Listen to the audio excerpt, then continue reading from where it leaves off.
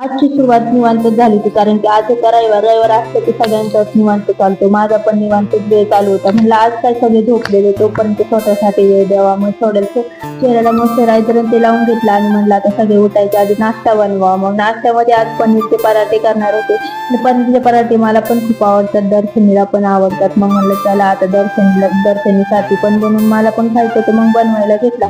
दर्शनी तिच्या तोंडाला काही चवच नव्हती. मग म्हणलं त्याला तिच्या आवडतीचा पनीर पराठा बनवा. मग तो बनवायला घेतला आणि सगळ्यांनी मस्त खायला घेतला आणि इतका भारी झालं होतं की बस. आणि गरम गरम पराठा खायला मजाच वेगळी असते.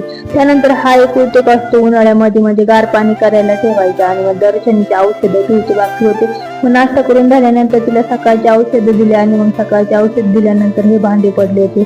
भांडे काय पिछा सोडतच नाही. मग पहिले भांडे वगैरे धुवून घेतले आणि मग थोडे कपडे हाताने धुवायचे बाकी होते शाळेचे वगैरे, ते घेतले आणि ऑफिसचे पण. तर असं होतं. भेटूया नेक्स्ट व्हिडिओला, तोपर्यंत बाय बाय.